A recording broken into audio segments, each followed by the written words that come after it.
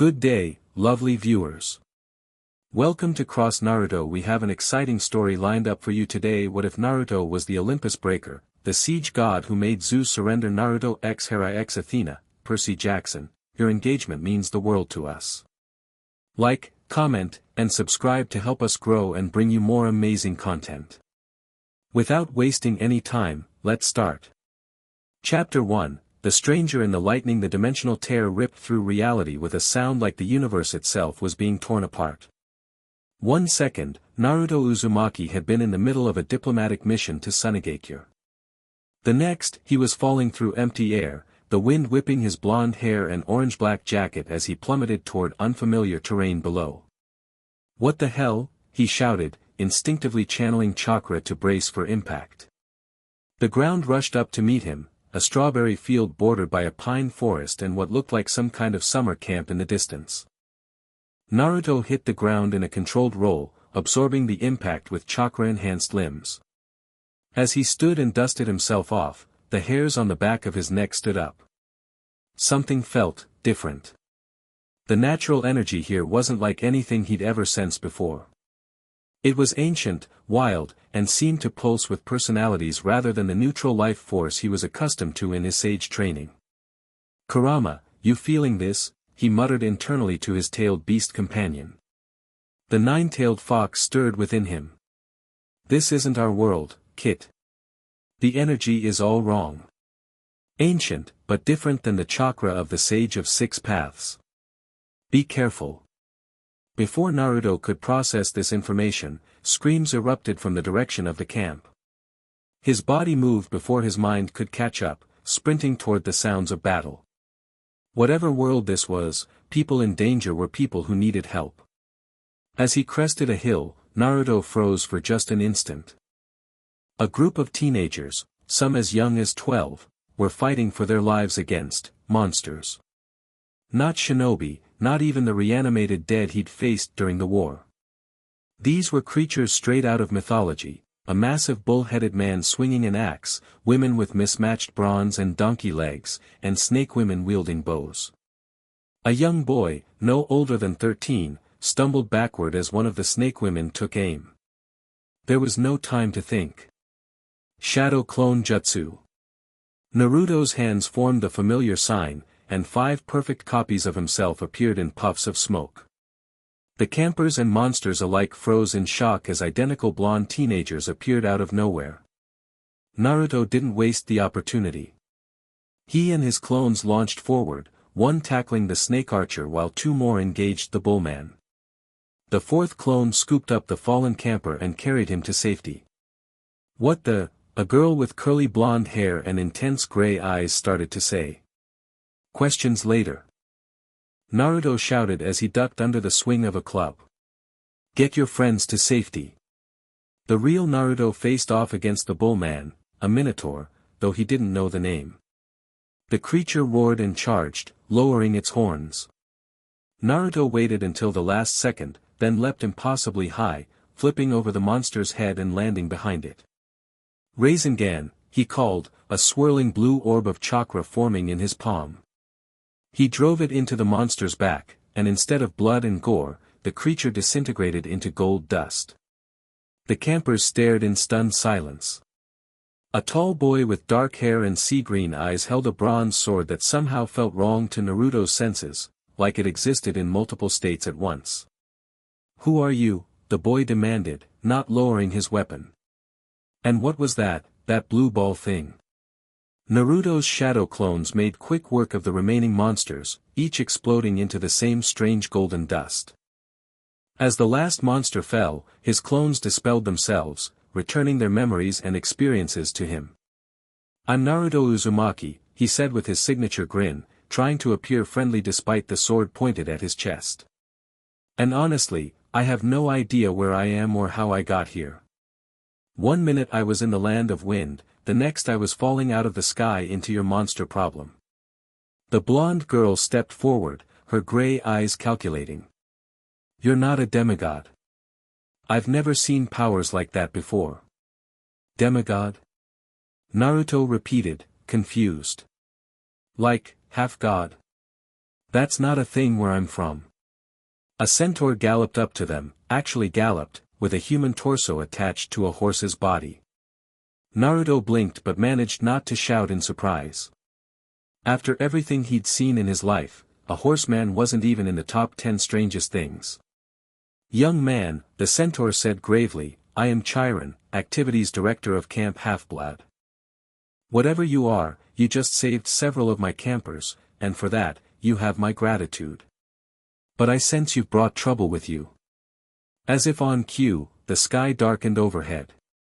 Storm clouds gathered with unnatural speed, and lightning flashed across the sky. The air pressure dropped suddenly, making Naruto's ears pop. He's angry, Chiron said, looking up with concern.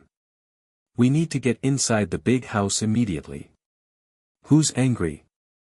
Naruto asked as they jogged toward a large blue farmhouse. Zeus, the dark-haired boy answered. The king of the gods. And he doesn't like surprises. Naruto laughed. Gods. Like actual gods. You're joking, right? The look they gave him made it clear they weren't joking at all. The blonde girl extended her hand. I'm Annabeth Chase, daughter of Athena. This is Percy Jackson, son of Poseidon. Naruto shook their hands, noticing the calluses. These kids were fighters. Nice to meet you.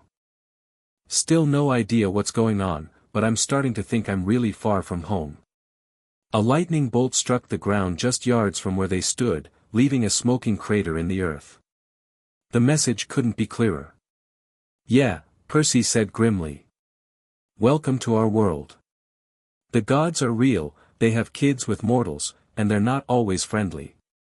And right now, the biggest, baddest god of them all wants to have a word with you.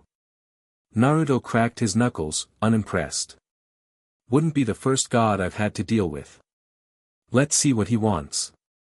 High on Mount Olympus, Zeus paced the throne room, electricity crackling around his form as his divine rage built. The other Olympians watched with varying degrees of concern and interest. An intruder, Zeus thundered, with power unlike any I've seen. Not a demigod, not a titan, not even a primitive monster. He appeared from nowhere, through a tear in reality itself. Athena leaned forward on her throne, gray eyes thoughtful. Father, perhaps we should observe this stranger before taking action.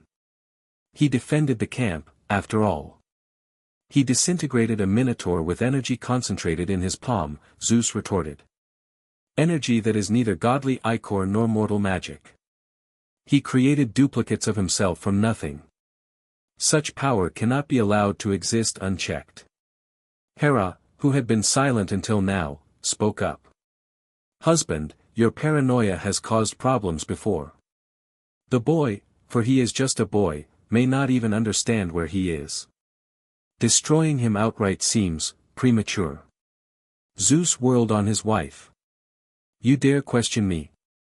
After the prophecies we've endured, after the wars we've barely survived, you suggest we wait while an unknown entity of immense power walks free? I suggest, Hera said calmly, meeting his gaze without flinching, that we gather information before making irreversible decisions. Send observers. Test his intentions. Then decide. Athena nodded in agreement. A strategic approach would be wiser, father. Zeus's eyes narrowed dangerously. Very well. Hermes, deliver a message to our guest. Inform him that he is to remain at Camp Half-Blood until summoned. Any attempt to leave will be considered an act of aggression. As Hermes vanished to deliver the message, Zeus turned to his daughter. Athena, observe this stranger. Learn his capabilities, his weaknesses. Report back to me. And if he proves hostile? Athena asked. Zeus's expression darkened. Then I will strike him down myself. After the council dispersed, Hera remained behind, watching her husband with careful eyes. Something about this stranger intrigued her, not just his power, but the way he had immediately defended the campers without hesitation. In a world where gods used heroes as pawns, such selflessness was rare. Making a decision, she slipped away from Olympus. If Zeus was planning something rash, perhaps the stranger deserved a warning. Back at Camp Half-Blood, Naruto sat on the porch of the big house, surrounded by curious demigods peppering him with questions. Can you really make copies of yourself? What was that blue swirly thing? Are you some kind of new god? Can you teach us to do that? Naruto rubbed the back of his head, overwhelmed but grinning. Slow down. I'm still trying to figure out where I am. So this is a camp for demigods? Kids of gods and humans? Chiron nodded, his tail swishing nervously. Indeed. Camp Half-Blood serves as a sanctuary and training ground for young heroes. The divine blood in their veins attracts monsters, so they come here to learn to defend themselves. Naruto frowned. So these kids have to fight monsters just because of who their parents are. That's messed up. Several campers exchanged glances.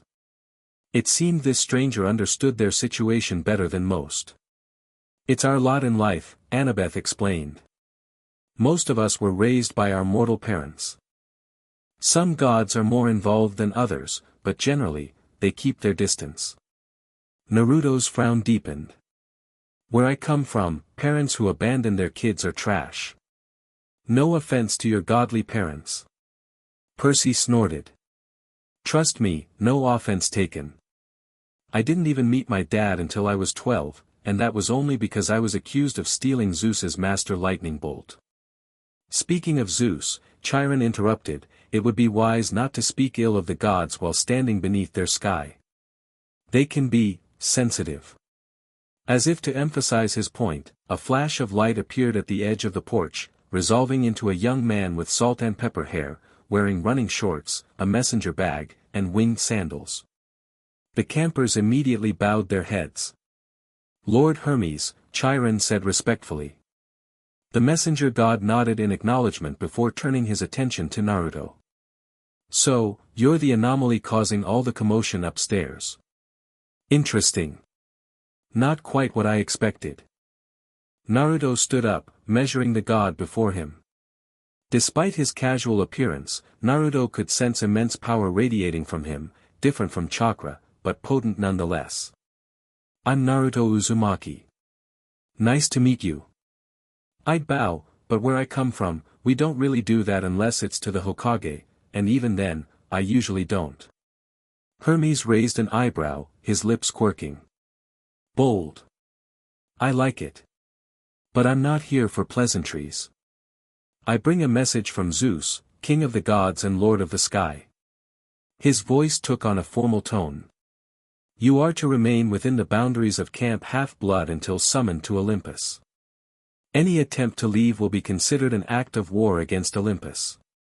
Naruto crossed his arms. I don't respond well to threats, you know. I didn't ask to come here. If your boss wants to talk, he can come down and talk like a normal person, or god, whatever. Lightning crackled across the sky in response. Hermes winced. He can hear you, you know. And he doesn't like being called boss. Just stay put for now. Trust me, you don't want to make enemies here until you at least understand the playing field. With that, he disappeared in another flash of light. Well, he seemed nice enough, Naruto said, sitting back down. So I'm basically under house arrest. Great. Chiron sighed. It could be worse. Zeus could have struck you down immediately. The fact that he's willing to wait and observe suggests he sees something unusual in you. Percy leaned against the porch railing. So, Naruto, if you're not a demigod, what exactly are you? Those powers of yours didn't look like any magic I've seen. I'm a shinobi, a ninja, from Konohagakure, the village hidden in the leaves, Naruto explained. What you saw was chakra, a combination of physical and spiritual energy. Every living thing has it where I come from. He demonstrated by walking up the nearby wall and standing upside down on the porch ceiling, grinning at their shocked expressions. That's impossible, Annabeth muttered, her analytical mind clearly racing. Nah, just basic chakra control, Naruto said, dropping back to the floor. Most academy students can do this by the time they're 12. Percy whistled. Man, and I thought being able to control water was cool. As evening approached, Chiron suggested they show Naruto around the camp. The campers eagerly took turns pointing out the cabins, the dining pavilion, the arena, and the climbing wall with actual lava pouring down it. So where do I sleep? Naruto asked as they completed the tour. Chiron stroked his beard thoughtfully. That's a good question. You're not a demigod, so you don't belong to any cabin. Perhaps the big house would be best for now.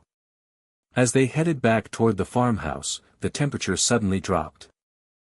Frost formed on the grass beneath their feet, and Naruto's breath came out in visible puffs despite it being summer.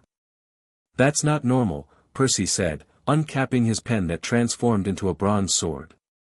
Naruto tensed, feeling a presence approaching, powerful, but trying to remain concealed. Someone's coming, he warned, moving into a defensive stance. A woman materialized before them, regal and beautiful, with dark hair piled atop her head and a white dress that seemed to shimmer with peacock feathers when she moved. The campers immediately bowed deeply. Queen Hera, Chiron said, surprise evident in his voice. This is an unexpected honor. The goddess ignored him, her intense eyes fixed solely on Naruto. So you're the one causing such a stir on Olympus. I must say, you're not what I expected. Naruto met her gaze steadily.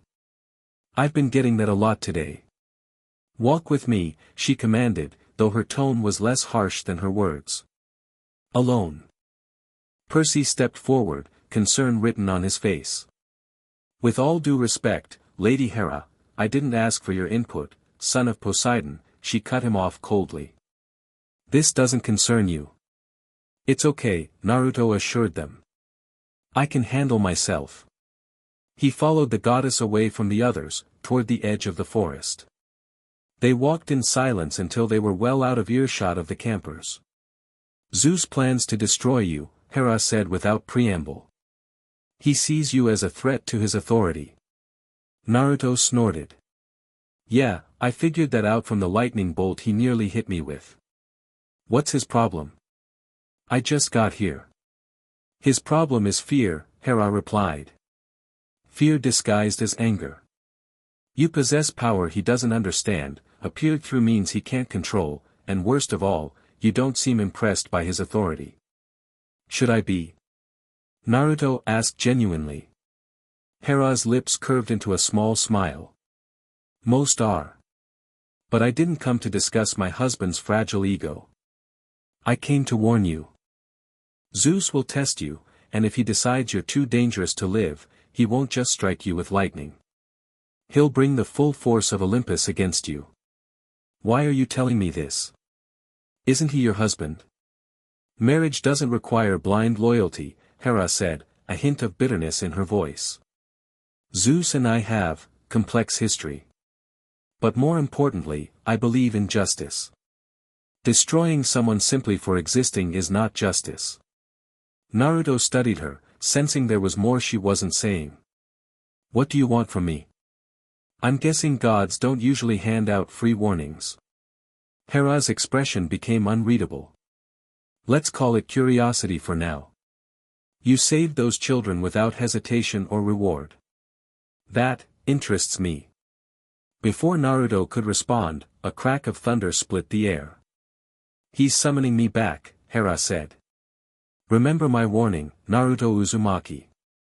And know that not all gods share Zeus's paranoia. With that, she vanished in a swirl of peacock feathers, leaving Naruto alone at the forest's edge. That was interesting, Kurama commented inside his mind. She smells of power and secrets. Yeah, Naruto agreed. But at least now we know where we stand. Zeus wants me dead, and his wife is playing some kind of game of her own. He turned back toward the camp, only to find another figure blocking his path, a young woman with piercing gray eyes and dark hair pulled back in a practical ponytail. She wore jeans and an orange camp t-shirt, but something about her bearing screamed, not actually a camper. Let me guess, Naruto said, another god in disguise. The woman smiled slightly. Observant. I am Athena, goddess of wisdom and battle strategy. And you're here to warn me too?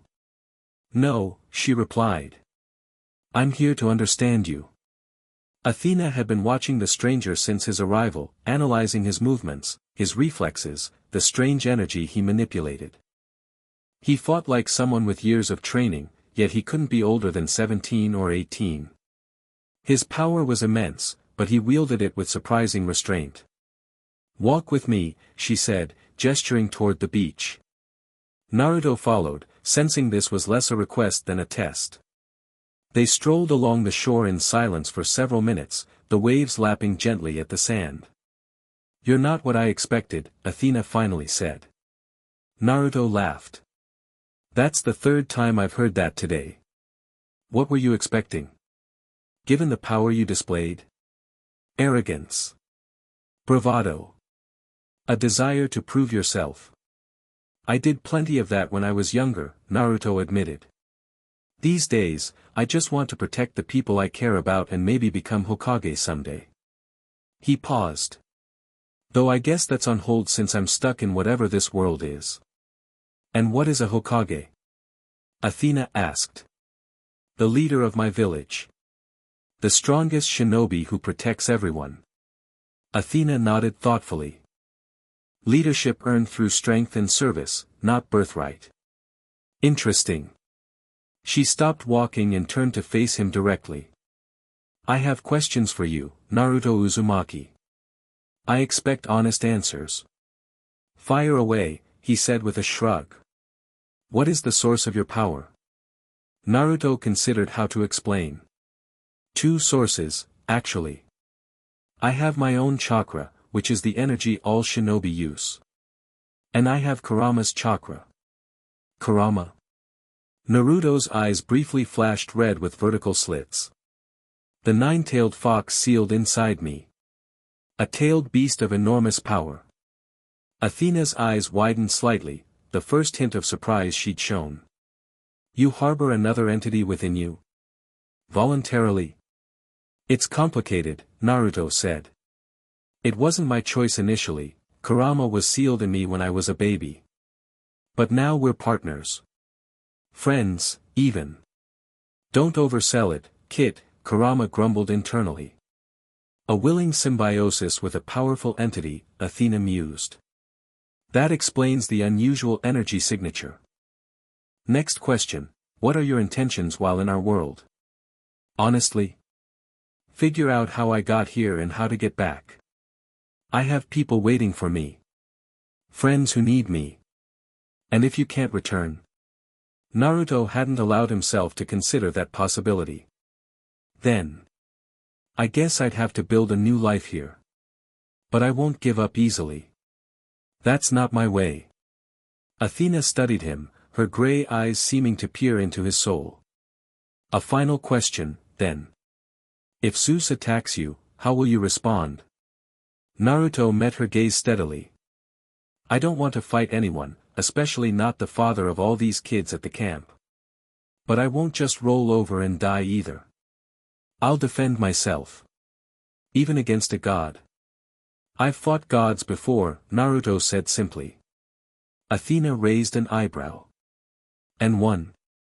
Naruto's expression turned serious. Some battles you win with fists. Others with words. The trick is knowing which approach to use. Athena's lips curved into a small, impressed smile.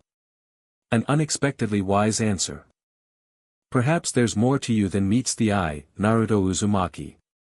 The ground suddenly trembled beneath their feet. The sky darkened rapidly, storm clouds gathering directly overhead. Lightning flashed, striking the sand just yards away from where they stood. It seems my father has made his decision, Athena said grimly. He's coming himself. The air pressure dropped dramatically. The sea retreated from the shore as if recoiling. The hair on Naruto's arms stood on end as static electricity filled the air. Get back to camp, Naruto told Athena. I don't want anyone caught in the crossfire. I am a goddess of battle, Athena reminded him. I don't flee. Then at least stand clear, Naruto insisted. This is between me and Zeus. The storm intensified, lightning striking in a circle around them. In a blinding flash and deafening thunderclap, a figure appeared on the beach, a muscular man in a pinstriped suit, with a neatly trimmed beard and eyes that crackled with electricity. Power radiated from him in waves that made the air itself vibrate. Father, Athena acknowledged, inclining her head slightly. Zeus ignored his daughter, his stormy gaze fixed on Naruto. So, you're the anomaly. The being who dares to wield power that rivals the gods. Naruto stood his ground, meeting the god's gaze without flinching. I'm just a shinobi who got lost between worlds. I'm not looking for trouble. Yet trouble follows you, Zeus countered. Your very existence disrupts the natural order. The fates themselves cannot see your thread in the tapestry of destiny. That sounds like a you problem, Naruto replied. I didn't ask to be brought here. Lightning crackled around Zeus's form. Your insolence does you no favors, boy. I am Zeus, king of the gods, lord of the sky. And I'm Naruto Uzumaki, shinobi of Konohagakure, Naruto said calmly. Now that we've introduced ourselves, can we talk about this like adults, or did you just come here to show off? Zeus's face darkened with rage. You dare mock me? I, who have ruled the cosmos for millennia. I, who overthrew the Titans and established divine order. I'm not mocking anyone, Naruto said. But where I come from, respect is earned, not demanded. Even from gods. Then allow me to earn your respect, Zeus snarled, raising his hand. A massive lightning bolt formed in his grip, crackling with power that made the air itself burn. With a roar of fury, he hurled it directly at Naruto. Naruto didn't flinch. Instead, he closed his eyes briefly, drawing on the natural energy around him. When his eyes opened, they had transformed, orange pigmentation surrounded them, and his pupils had changed to horizontal bars. Sage mode, he said quietly. As the lightning bolt reached him, Naruto raised his hand and caught it. The electricity crackled and surged around him, but instead of destroying him, it seemed to be absorbed into his body. His chakra network redistributed the energy, grounding it harmlessly. Zeus stared in disbelief. Impossible. Naruto let the last of the lightning dissipate through his fingertips. I told you, I don't want to fight. But I won't just stand here and let you kill me either. From the tree line, campers had gathered to watch the confrontation, their faces a mixture of awe and terror. Percy and Annabeth stood at the front, weapons drawn but unsure what they could possibly do against two such powerful beings. Zeus's shock quickly gave way to renewed anger. You think absorbing one bolt makes you my equal? I have only begun to demonstrate my power. The sky darkened further, the storm intensifying until it was a hurricane centered directly above them. Lightning struck all around, the wind howled, and rain began to fall in sheets. Naruto sighed. Clearly, talking wasn't going to work. Not yet, anyway. Kurama, he said internally, looks like we need to show him what we can really do. About time, the fox replied with grim satisfaction. Let's give this so-called king a lesson in true power. Golden chakra erupted around Naruto, enveloping him in a glowing aura that pushed back the storm around him. The chakra took shape, forming a translucent fox with 9 tails that whipped and curled in the air. Naruto's appearance changed, his whisker marks deepened, his eyes turned red with vertical slits, and his canines lengthened slightly. This is my partner, Kurama, Naruto announced, his voice overlaid with a deeper, more resonant tone. The 9-tailed fox. One of the 9-tailed beasts from my world, beings of nearly unlimited chakra. Even Zeus took a step back, clearly sensing the immense power now radiating from the young shinobi. It wasn't just the quantity of power, it was the quality. This energy didn't belong in his world. It followed different rules, answered to different laws. What manner of creature are you? Zeus demanded, though his voice held a note of uncertainty now. "I told you, I'm a shinobi," Naruto replied. "A jinchuriki, the human vessel of a tailed beast. In my world, that's not so unusual. But I'm guessing it's a first for you." Zeus raised his master bolt again, determination hardening his features. "God slayer or demon host, it matters not. Olympus will not bow to outside forces." He hurled the bolt with even greater force than before. This time, Naruto didn't catch it. Instead, one of Kurama's chakra tails swatted it aside like a toy, sending it crashing into the sea where it exploded in a massive geyser of water and steam. The casual ease of the defense clearly shook Zeus more than any direct attack could have.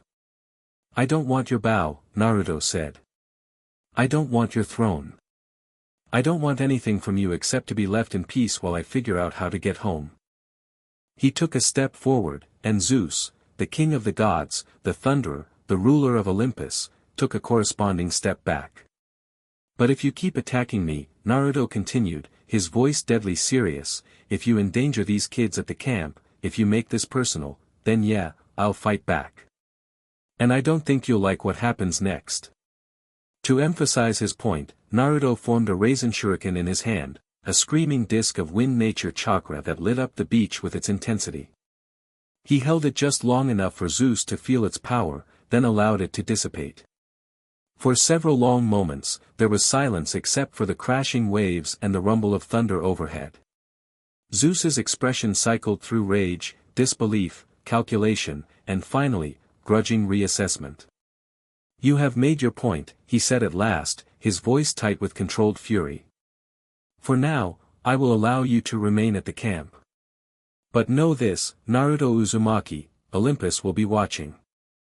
One wrong move, one hint of aggression toward the gods, and our next meeting will not end so, civilly." With those parting words, Zeus vanished in a clap of thunder, taking the worst of the storm with him. Rain continued to fall, but the lightning and hurricane-force winds abated. Naruto let Kurama's chakra cloak fade, returning to his normal appearance. He turned to find the entire camp staring at him with expressions ranging from terror to admiration to calculation. "So," he said with an awkward grin, rubbing the back of his head, "that happened." Athena approached him, her expression unreadable. "Do you realize what you've done?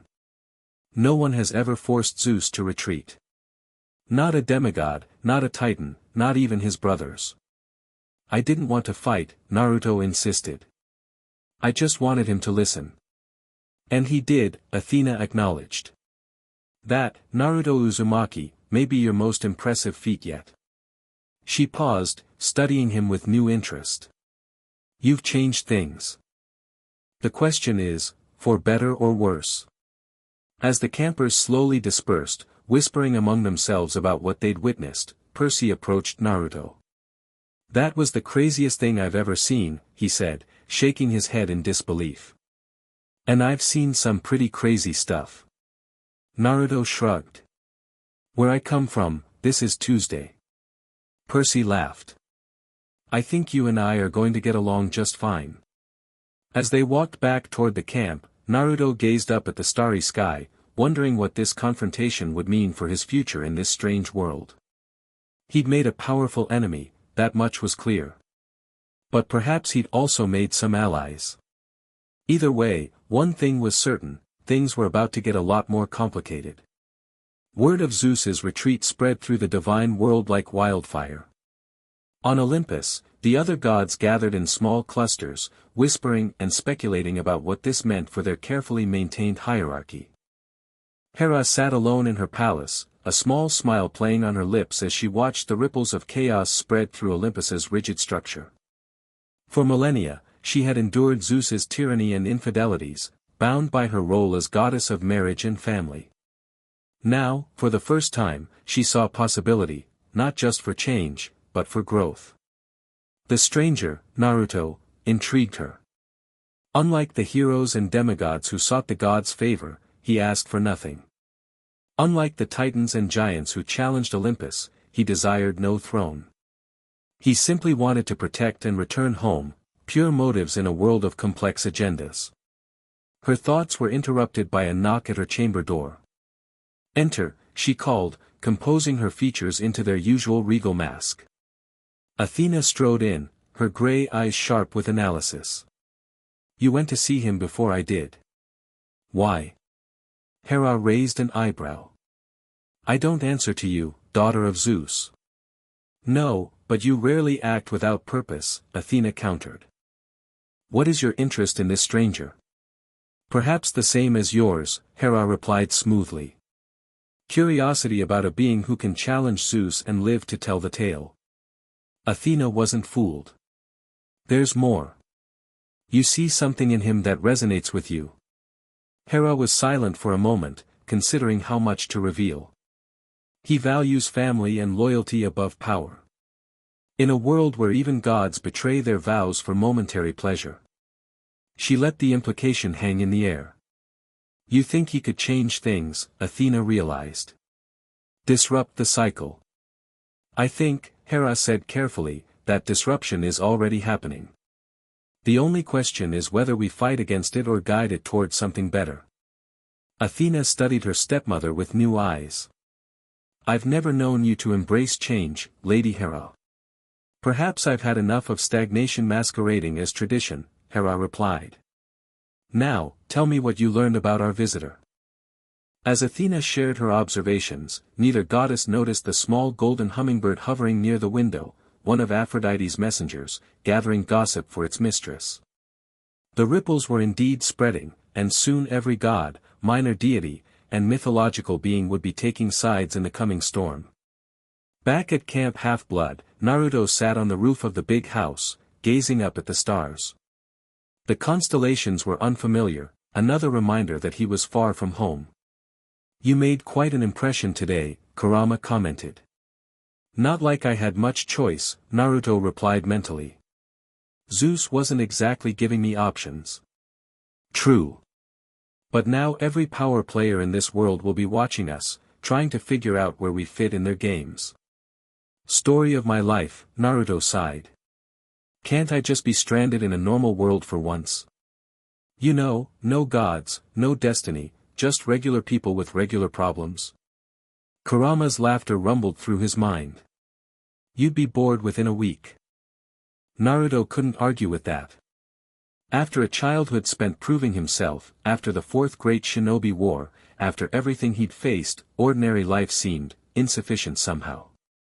"I wonder how everyone back home is doing," he mused. "Sakura, Kakashi-sensei, Sai, Shikamaru. They're probably worried sick." "If time flows the same between worlds," Kurama pointed out.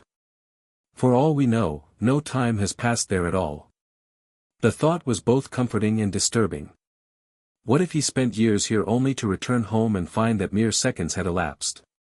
Or worse, what if the opposite were true? His thoughts were interrupted by the sound of someone climbing onto the roof. Naruto didn't need to look to know who it was, he'd sensed her chakra-like energy approaching. "Couldn't sleep?" Annabeth asked, settling down beside him. "Too much on my mind," Naruto admitted. "Plus, I'm still trying to wrap my head around this whole gods are real thing." "It takes some getting used to," she agreed. "Even for those of us born into it." They sat in comfortable silence for a while, watching the stars. "So, those copies you made of yourself," Annabeth finally said, her analytical curiosity getting the better of her. "They were solid, right? Not just illusions." Naruto grinned. "Shadow clones. Yeah, they're solid. They can fight, think, feel, they're basically me, just a spell when they take a solid hit or when I release the jutsu." "Jutsu?" "Ninja techniques. They're how we channel and shape our chakra." Annabeth looked thoughtful. "And this chakra, it's like a combination of physical and spiritual energy, you said? Can anyone learn to use it?" Naruto considered the question. "Where I come from, yeah, though some people have more natural talent than others. But here? I'm not sure. The energy in this world feels different." "Different how?" "Less, neutral. In my world, chakra is just energy. Here, it feels like everything has personality, intention. Even the air and water seem to be aware somehow. Annabeth nodded. That's the god's influence. Everything in nature is connected to some deity or spirit.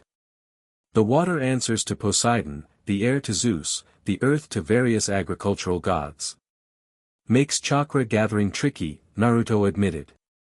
When I tried to enter sage mode earlier, it was like the natural energy was reluctant to come to me. Like it was already claimed. That's fascinating, Annabeth said, her gray eyes lighting up with intellectual excitement. It suggests your power operates on fundamentally different principles than ours. No wonder Zeus is scared. Naruto looked at her in surprise. Scared? He didn't seem scared. Angry, sure. Annabeth gave him a knowing look. Zeus's anger is almost always rooted in fear. Fear of being overthrown, just as he overthrew his father, Kronos.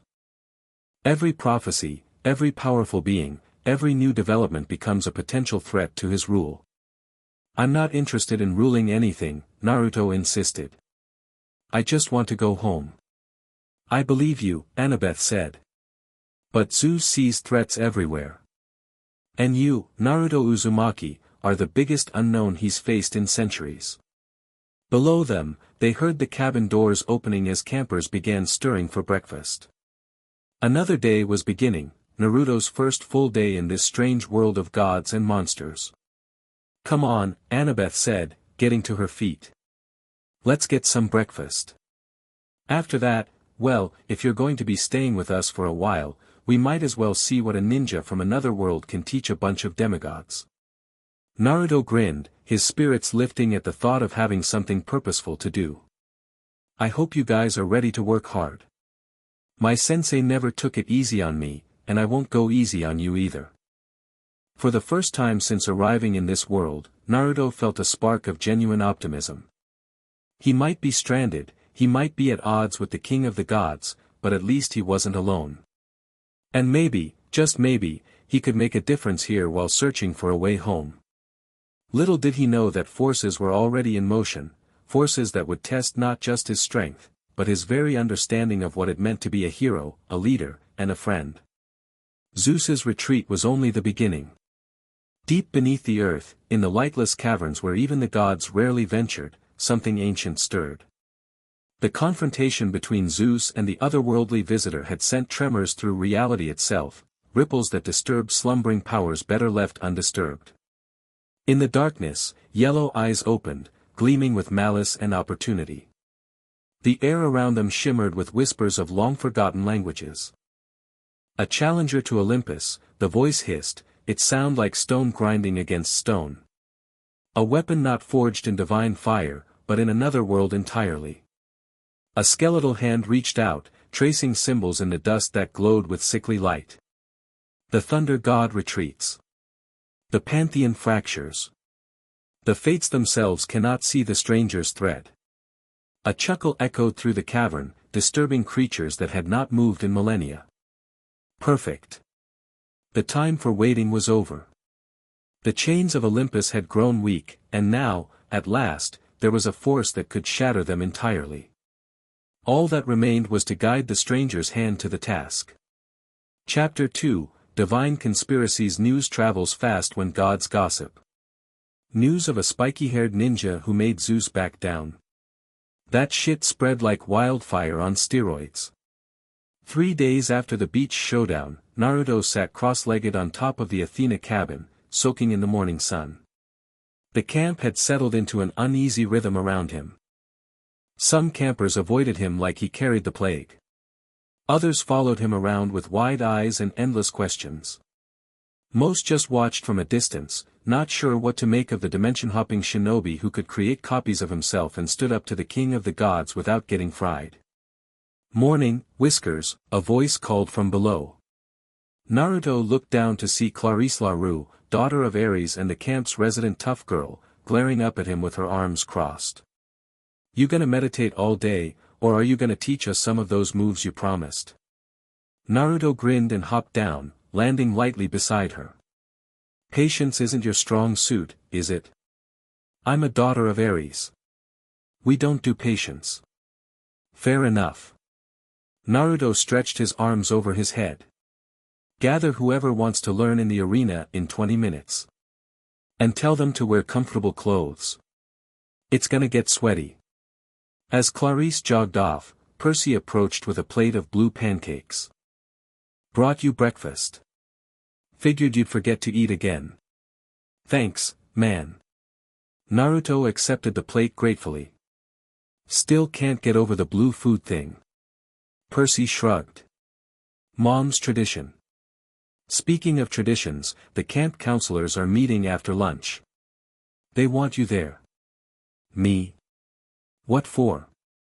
Chiron got an iris message from Olympus. Apparently, the gods want to meet with you officially. Naruto paused mid-bite. Let me guess, Zeus wants another shot. Actually, no. Percy's sea-green eyes gleamed with amusement.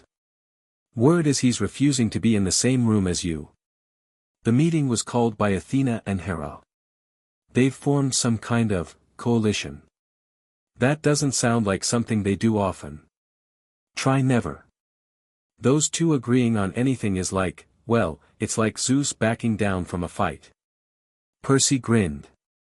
You're changing things around here, Naruto. Not sure if that's good or bad yet. Naruto scarfed down the rest of his pancakes. Guess we'll find out. For now, I promise to teach some ninja basics. You in? Wouldn't miss it. The arena filled quickly with eager demigods of all ages. Annabeth, Percy, and Clarice stood at the front, along with the Stoll brothers from Hermes' cabin, Beckendorf from Hephaestus, Silena from Aphrodite, and about 20 others. Chiron watched from the sidelines, his tail swishing with curiosity.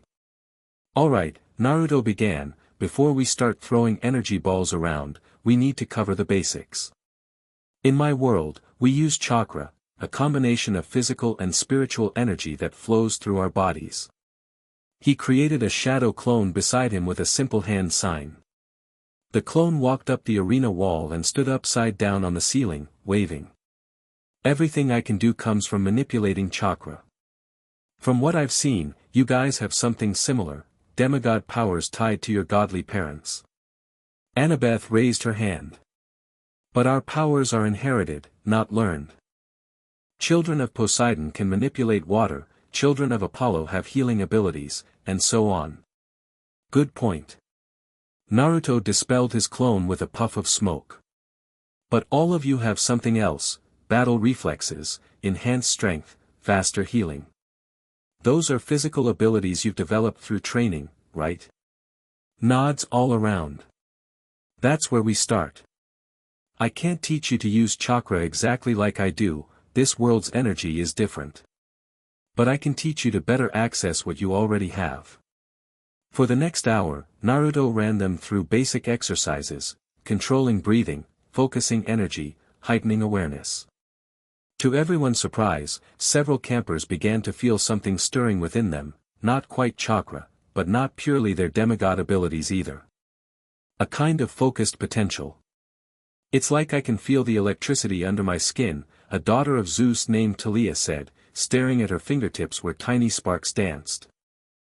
I've never been able to control it this precisely before, Percy added, manipulating a small sphere of water between his palms.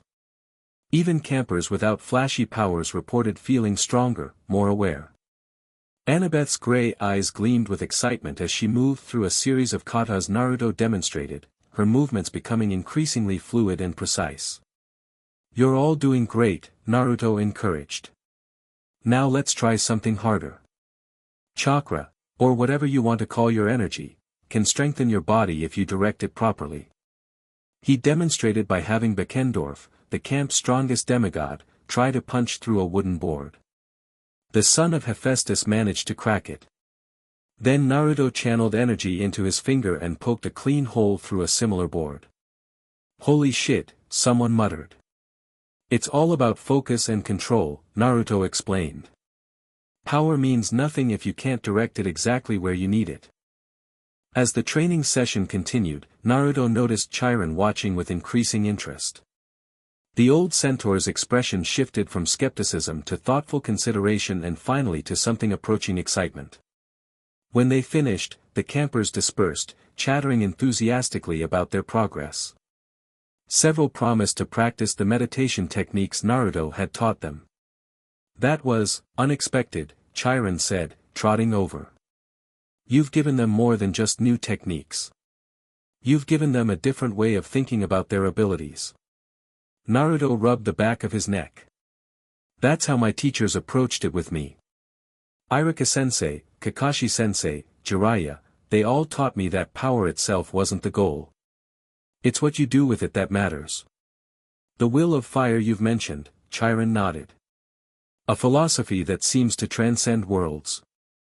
Before Naruto could respond, a rainbow shimmered in the air before them, resolving into an image of a regal woman with piercing gray eyes, Athena, in her full divine aspect.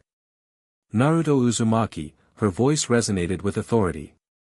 "The council requests your presence on Olympus at sunset. Chiron will show you the way." The image wavered, then stabilized as Athena added something clearly not part of the official message: "Come prepared. Not all who will attend wish you well." The rainbow dissolved, leaving Naruto and Chiron exchanging concerned glances. "Well," Naruto said with forced cheerfulness, "guess I better clean up before meeting the family, huh?" Chiron's expression remained grave. "This is unprecedented, you understand. Outsiders are rarely invited to Olympus, much less, beings of your particular status." "My status? You stood against Zeus and walked away unscathed. Some will see that as an opportunity, others as a threat. All will want to determine how you fit into their plans." Chiron placed a hand on Naruto's shoulder. "Be careful, my friend. The gods play long games, with motivations beyond mortal understanding." Naruto nodded, his expression turning serious. "Where I come from, I've dealt with gods, demons, and everything in between. One thing I've learned: power doesn't make you right. It just makes you dangerous." While Naruto prepared for the meeting, strange ripples spread through other realms. In the House of Life, Egypt's ancient magical order, alarms sounded as wards detected a power surge unlike anything in their millennia of records. In Asgard, Heimdall reported an anomaly to Odin, a being whose threads did not appear in Yggdrasil's vast tapestry. And deep beneath the Earth's surface, in Tartarus itself, ancient bonds weakened. Creatures sealed away since the Titanomachy stirred in their prisons, sensing change in the world above. The fates themselves found their scissors unable to cut certain threads, their loom unable to weave certain patterns. Reality had developed a tear, and through that tear stepped a wild card.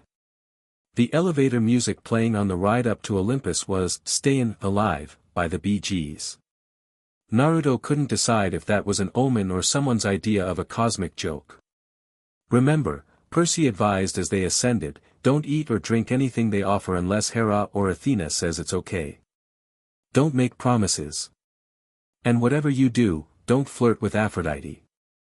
"Why would I? Trust me. Just don't." The elevator doors opened onto a scene straight out of a fantasy. A narrow stone walkway bridged the gap between the mortal world and Olympus, with clouds far below and magnificent white marble buildings rising ahead. Gardens bloomed with impossible flowers, minor gods and nature spirits strolled along colonnaded paths, and at the center of it all stood the Palace of the Gods, a structure that made the grandest buildings in Konoha look like garden sheds. "Whoa," Naruto breathed. "And I thought the Hokage monument was impressive." As they approached the palace, Naruto sensed they were being watched from all sides.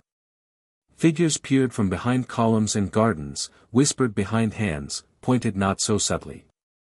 He caught fragments of conversation: "That's him, made Zeus back down, some kind of foreign deity, harbors a beast inside him, ignore them," Annabeth advised. Minor gods and spirits love gossip more than teenagers.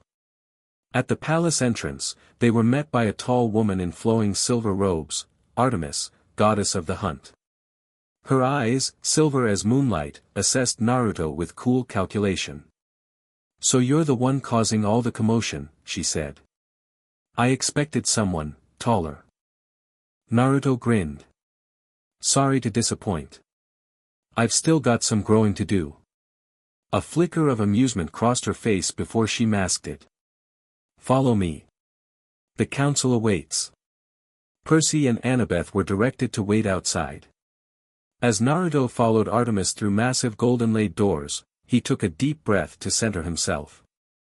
The throne room of Olympus stretched before him, a cathedral-sized chamber with 12 enormous thrones arranged in a U-shape. Each throne reflected its owner's domain, one crackling with electricity, another draped in vines, a third seemingly made of shifting water. Most of the thrones were occupied by 20-foot-tall divine beings.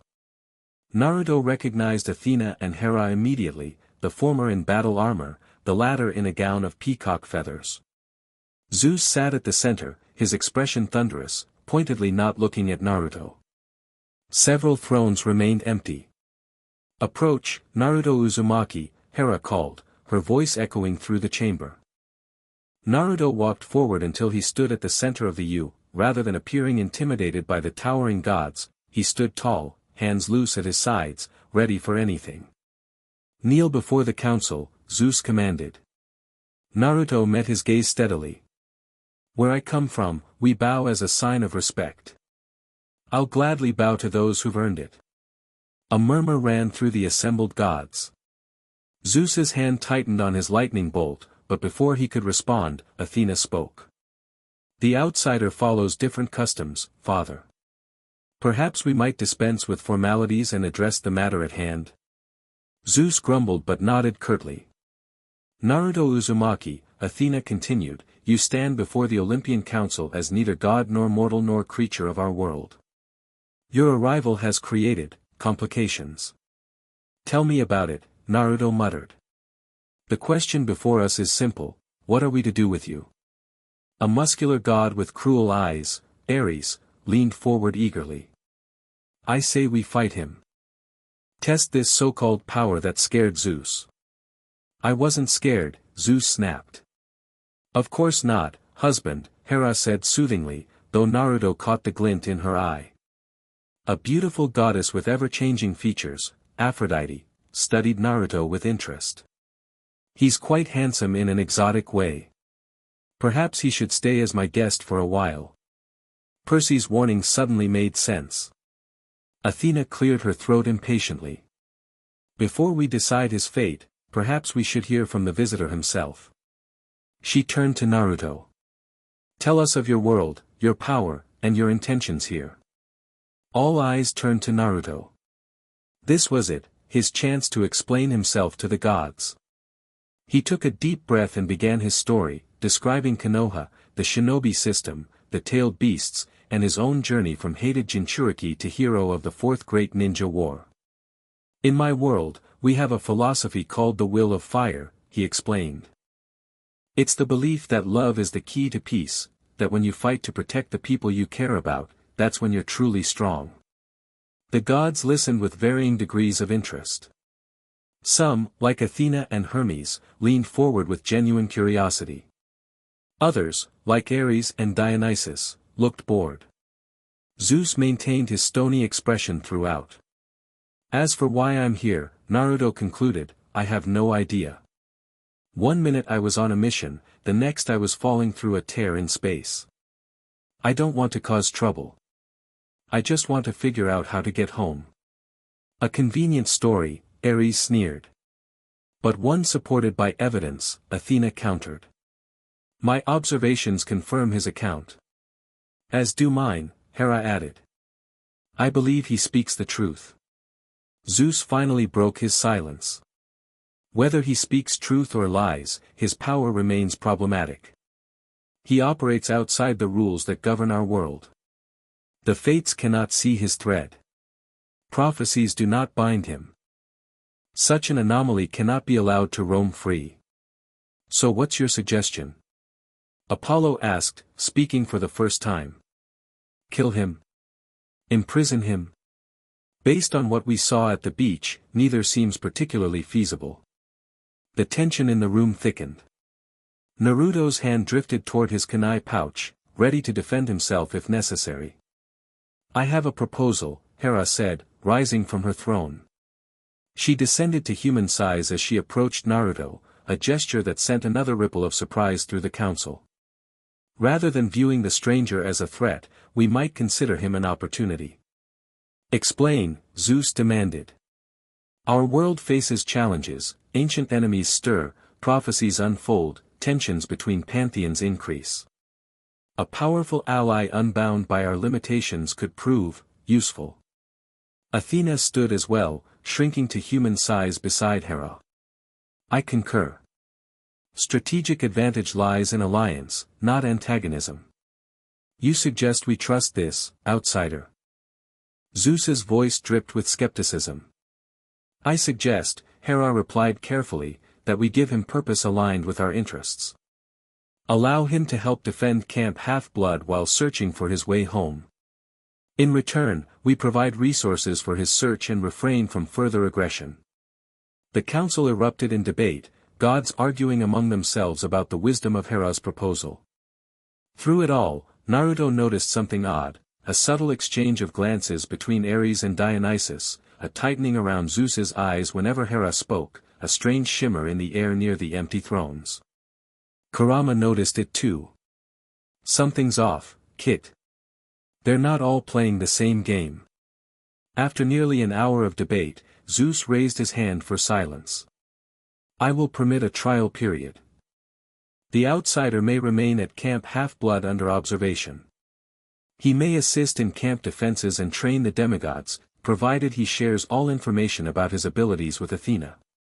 He fixed Naruto with a stern glare. But understand this, one step out of line, one hint that you harbor ill intentions toward Olympus, and our arrangement ends. Naruto crossed his arms. That goes both ways. I'll help out, share what I know, but I'm not anyone's weapon or tool. And I won't stop looking for a way home. Zeus's eye twitched at Naruto's lack of deference, but he nodded stiffly. Agreed. This council is adjourned. As the gods began to disperse, Hera and Athena approached Naruto. That went better than expected, Hera said quietly. But don't be fooled. This isn't over. It's barely begun. Athena nodded. We need to speak privately. Not here. Too many eyes, too many ears. When and where? Naruto asked. Tonight. The old temple at the edge of camp. Midnight. Hera glanced around cautiously. Come alone. Trust no one until then, not even our allies at camp. Before Naruto could ask what she meant, Apollo sauntered over, his perfect face set in an easy grin. So you're the new guy everyone's talking about. Gotta say, anyone who makes my father that uncomfortable is good in my book. He clapped Naruto on the shoulder. I hear you're teaching the campers some of your tricks. Mind if I stop by to watch sometime? Always looking for new material for my haikus. Sure. Naruto replied, somewhat thrown by the god's casual attitude. Apollo leaned in, his voice dropping to a whisper. Word of advice, watch the dreams. Something stirring in the old places, reaching out through visions. Been seeing it in my prophecies too, all jumbled and wrong since you showed up.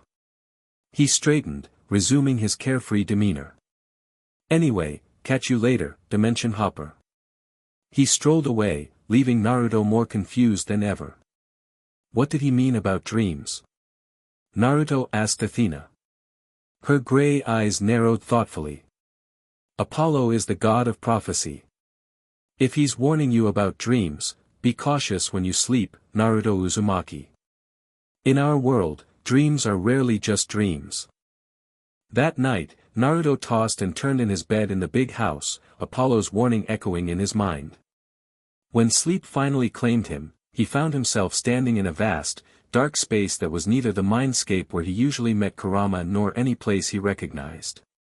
Hello, he called, his voice swallowed by the emptiness. A low chuckle answered him, sending chills down his spine. So this is the anomaly. The thread breaker.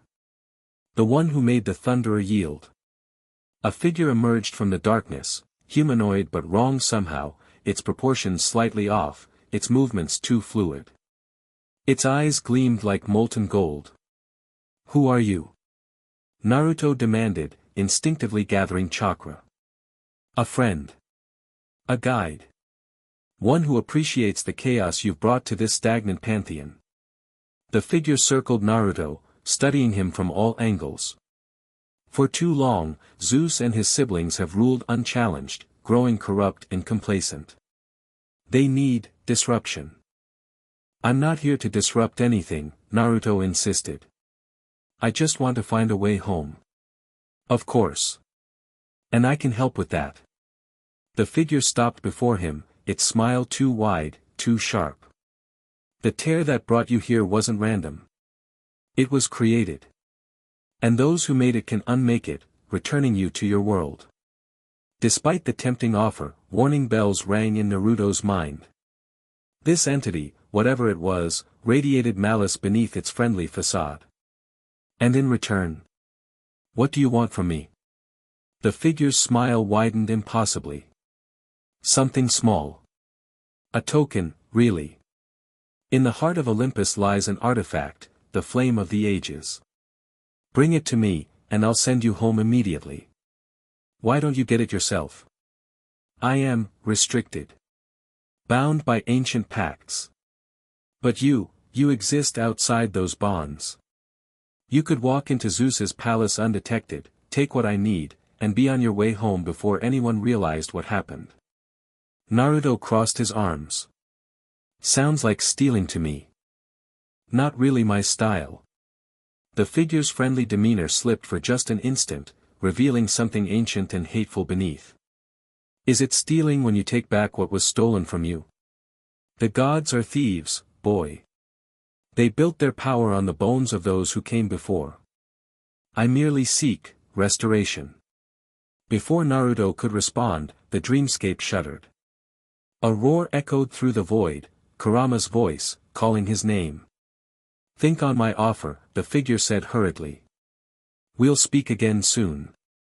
The dream dissolved, and Naruto jolted awake to find Kurama's chakra flaring around him protectively. "Something tried to enter your mind," the fox growled. "Something old. Something that stank of time and earth." Naruto wiped cold sweat from his forehead. "Yeah, I met it. It wanted me to steal something from Olympus. A trap, obviously. Obviously. But why target me? And what was that thing? It wasn't a god, at least not like the ones I've met." Kurama growled thoughtfully. "Older. It felt older than the gods of this world. More primal." Naruto glanced at his watch, 11:30 p.m. Almost time for his meeting with Hera and Athena. "Guess I have something interesting to tell them, at least." He slipped out of the big house, moving silently through the sleeping camp. The night air carried strange scents, strawberry fields, pine forests, and something else, a hint of sulfur. Naruto paused, scanning the darkness. Nothing visible, but his instincts screamed danger. "Shadow clone jutsu," he whispered, creating 5 clones. They nodded in silent understanding, spreading out to patrol the camp perimeter while he continued toward the meeting point. The old temple sat on a small hill overlooking the sea, its marble columns weathered by centuries of exposure. As Naruto approached, he sensed 2 distinct energy signatures waiting inside, Hera and Athena, as promised. He entered cautiously, finding the goddesses in their human-sized forms, Athena pacing impatiently while Hera sat calmly on a stone bench. "You're late," Athena noted. "Had a visitor in my dreams," Naruto explained. "Figured you'd want to hear about it." He described the strange entity and its offer, watching their reactions carefully. Athena's expression grew increasingly troubled, while Hera's eyes narrowed in cold anger. "It begins already," Hera murmured. "Sooner than we feared." "You know what that thing was?" Naruto asked. The goddesses exchanged glances before Athena nodded grimly. "A titan, most likely. Or something worse." The flame of the ages it mentioned is one of Zeus's most closely guarded treasures, the original fire of creation from which all godly power flows. If removed from Olympus, Hera added, it would weaken the gods significantly, making us vulnerable to older forces. Like Titans? Naruto remembered Percy mentioning them briefly. The Titans were our predecessors, Athena explained. Led by Kronos, Zeus's father. They ruled the world before the gods overthrew them in a terrible war. Most were imprisoned in Tartarus, the deepest pit of the underworld. Most, but not all, Hera said. And those prisons have grown weaker over time. Your arrival, the tear between worlds, may have accelerated that weakening. Naruto frowned. So my being here is causing problems even beyond pissing off Zeus? Not directly, Athena clarified. Think of reality as a vast tapestry. When you tore through, you created a weakness, a flaw in the pattern. Others may exploit that weakness. Others like Titans, Naruto concluded. Great. So I've got Zeus gunning for me on one side and ancient super beings trying to use me on the other. Any more good news? Hera actually smiled at his sarcasm. There's worse news, I'm afraid. We believe someone on Olympus is helping them. That brought Naruto up short. A traitor? Among the gods? Athena nodded grimly. Not the first time. During the recent Titan War, several minor gods sided with Kronos against Olympus. But this feels different. More coordinated. Which is why we've brought you into our confidence, Hera said. You're outside our political web, unbiased by ancient grudges and alliances. You see with fresh eyes. And you stood up to Zeus, Athena added, which suggests you could stand against other threats if necessary. Naruto absorbed this, sensing there was more they weren't telling him. So what exactly do you want from me? Help us uncover the traitor, Hera said simply. Work with us to investigate the weakening barriers between Tartarus and our world. And in exchange, we'll commit all our resources to finding you a way home, Athena finished. No restrictions, no conditions. The offer was tempting, divine allies with thousands of years of knowledge. But something still bothered him. Why you two specifically? From what I've heard, you don't exactly work together often. The goddesses exchanged another look, this one more complex. Let's just say, Hera replied carefully, that we both have experience with Zeus's limitations as a leader. And we both recognize when change is necessary, even if painful. We're not plotting rebellion, if that's what you're asking, Athena clarified. We seek to strengthen Olympus, not overthrow it. But sometimes protection requires adaptation. Naruto considered their words, reaching out with his senses to gauge their sincerity. No obvious deception, though with gods, who could tell? All right, he decided. I'll help you investigate. But I work my way, no keeping secrets from me, no using me as a pawn, and no throwing innocent people under the bus. Agreed, Hera said immediately. Athena took longer but finally nodded. Your terms are acceptable. Though understand that some information is dangerous in itself. We may need to manage certain revelations. Fair enough, Naruto conceded. So where do we start? With the dreams, Athena said. They're trying to manipulate you, which means you're important to their plans. We need to understand why. And we need to identify potential traitors among the gods, Hera added. I've compiled a list of suspects based on recent behavior patterns and historical precedents. From her robes, she produced a scroll covered in elegant Greek script. Naruto couldn't read the language, but he recognized several symbols representing the gods he'd met. I can't read this, he admitted. Athena waved her hand over the scroll, and the symbols rearranged themselves into Japanese characters. Thanks, Naruto said, impressed despite himself. He scanned the list, noting that several major gods were included, Ares, Dionysus, even Apollo. You suspect your own family? Especially my family, Hera said dryly. Divine blood doesn't guarantee loyalty. Often quite the opposite. As they discussed potential suspects and investigation strategies, a distant boom echoed across the camp, followed by alarmed shouts. Naruto jumped to his feet. That's from the direction of the camp border, Athena finished, her armor materializing around her. Something's attacking. They rushed from the temple, Naruto leading the way with shinobi speed. As they crested the hill overlooking the main camp, a shocking sight greeted them. The magical border that protected Camp Half-Blood was fluctuating, sections disappearing and reappearing as something massive pounded against it. Demigods streamed from their cabins in various states of undress, weapons hastily grabbed. At the front line stood Percy and Annabeth, directing defenders while Chiron galloped between groups, shouting orders. And beyond the weakening barrier, illuminated by the border's glow, creatures straight out of nightmares. Bull-headed men, snake women, giants with hundreds of hands, and leading them all, a figure that seemed half-human, half-scorpion, its massive tail dripping with green venom. A coordinated monster attack, Athena said grimly. This hasn't happened since the last Titan War, Hera finished. They're testing the defenses. Naruto didn't wait for further discussion. He flashed through hand signs, summoning 50 shadow clones that immediately sprinted toward the battle. He himself dashed forward, channeling chakra to enhance his speed. He reached Percy's side just as a section of the barrier failed completely, allowing a wave of monsters to pour through. Naruto! Percy shouted over the chaos. These things shouldn't be working together, they hate each other as much as they hate us. Someone's coordinating them, Naruto called back, launching a Rasengan into a charging giant that sent it flying backward into its companions. Any idea who?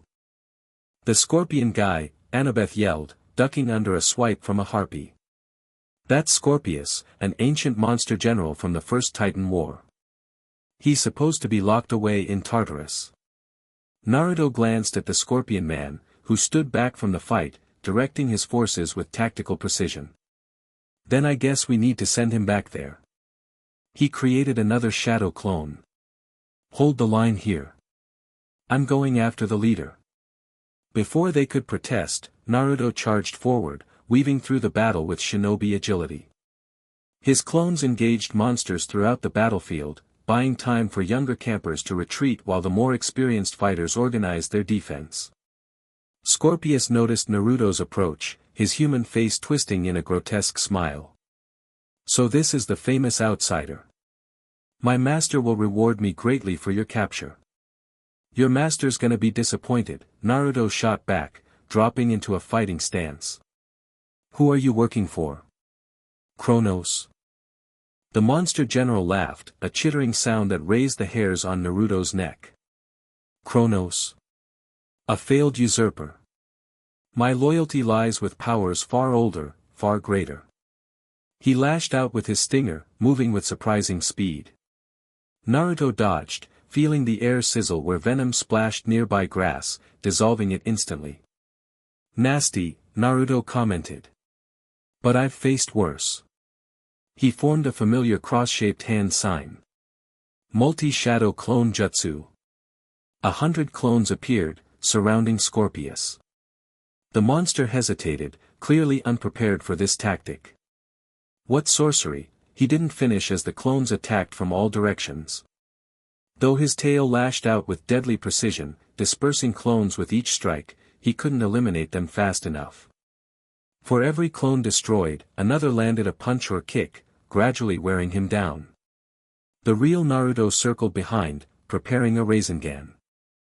As Scorpius focused on the clones before him, Naruto charged forward, the swirling ball of chakra aimed at the monster's back. At the last second, Scorpius whirled, his stinger arcing toward Naruto's chest. Unable to dodge completely, Naruto twisted, taking a glancing blow across his arm. Searing pain spread instantly from the wound, but his momentum carried him forward, driving the Rasengan into Scorpius's torso. The impact sent the monster general flying backward, crashing through his own troops and into a tree at the edge of the forest. Naruto staggered, clutching his injured arm as the venom worked its way through his system. "Kit, the poison," Kurama warned. "It's not like anything we've encountered before. I'm trying to neutralize it, but it's slow going." Gritting his teeth against the pain, Naruto advanced on the fallen Scorpius. The monster struggled to rise, ichor, the golden blood of immortal beings, leaking from the spiral wound in his chest. "It's over," Naruto said, standing over him. "Call off your troops." Scorpius chittered a laugh. "You think this was the real attack? This was a test, outsider. A measure of Camp Half-Blood's defenses.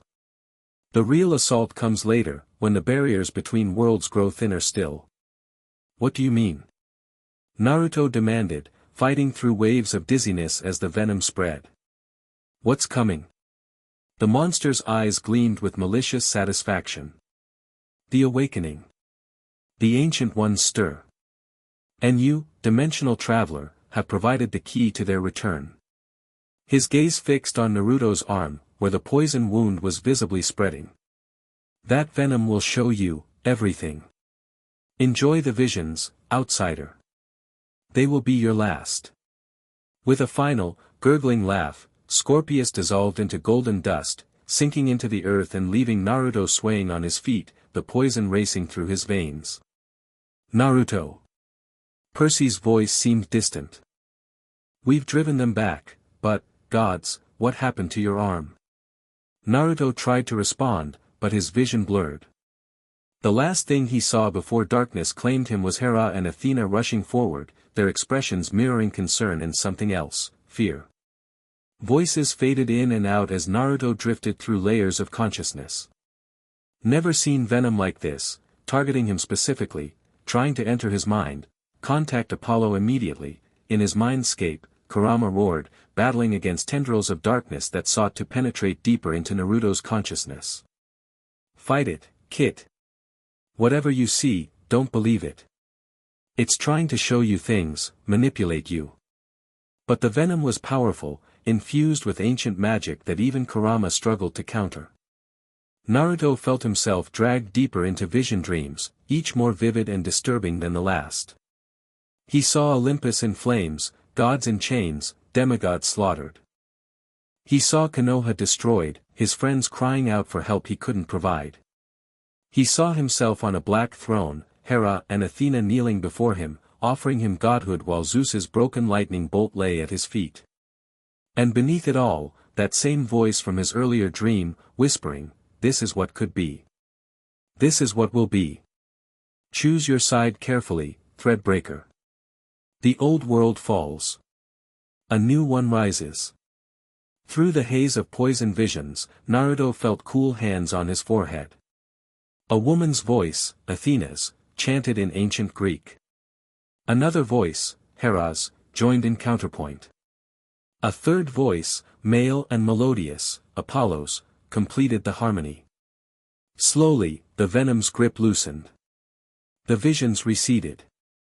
Light filtered through the darkness. Naruto opened his eyes to find himself in the big house infirmary, surrounded by concerned faces. Apollo stood at the foot of his bed, looking unusually serious. Hera and Athena flanked him on either side, both appearing drained. Percy, Annabeth, and Chiron watched anxiously from nearby. "Welcome back to the land of the living," Apollo said. "You gave us quite a scare." Naruto tried to sit up, wincing at the lingering pain in his arm. The wound had been bandaged, but angry black lines still spread from beneath the dressing. "What was that stuff?" he asked, his voice hoarse. "Primordial venom," Apollo replied grimly. "Not just monster poison, this was infused with essence from Tartarus itself. Designed specifically to incapacitate and influence you." The visions, Naruto remembered. They were trying to show me things. Possible futures. Or what they want you to believe are possible futures, Athena corrected. The poison was a delivery mechanism for something worse, a psychic attack meant to corrupt your perceptions and loyalties. Hera studied him intently. "What did you see?" Naruto described the visions, watching their faces grow increasingly troubled. Classic manipulation tactics, Apollo observed. Show the target both their greatest fears and their darkest desires, then position yourself as the solution to both. This confirms our suspicions, Athena said to Hera. They're targeting him specifically, trying to turn him to their cause. But why me? Naruto asked. I'm powerful, sure, but so are you guys. What makes me so special to them? The three gods exchanged significant looks before Apollo sighed. Because you're outside the system, he explained. Every being in our world, god, monster, titan, even primordials, is bound by certain cosmic laws. The fates, the ancient oaths, the fundamental structures of our reality. But you're a free agent. The laws don't apply to you the same way. Which makes you uniquely capable of certain actions that would be impossible for the rest of us, Athena continued. Like removing divine artifacts from their sanctuaries. Or breaking seals designed to contain primordial forces. Or challenging Zeus's authority without triggering civil war, Hera added pointedly. Naruto absorbed this, the implications dawning on him. So I'm basically a cosmic loophole. And whoever sent Scorpius wants to use that loophole to break out some seriously bad news from Tartarus. Precisely, Athena confirmed. Though we still don't know exactly who or what they're trying to release. I might, Percy interjected. During the conversation, he'd been increasingly agitated. Last summer, I had dreams about something stirring in Tartarus. Something ancient that even the Titans feared. Chiron told me it was probably nothing, but... The centaur's tail swished nervously. I had hoped they were merely dreams, Percy. But given recent events, we must consider the possibility that what you sensed was real. Typhon? Annabeth suggested. Or maybe echidna. Apollo shook his head. Worse. We're talking about forces from before the Titans. Before the gods. The kind of beings that make Typhon look like a mild thunderstorm. A chill settled over the room.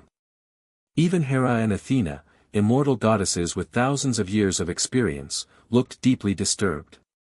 Well, Naruto said, breaking the silence, guess that answers one question. Whoever's betraying Olympus is playing for much bigger stakes than I thought.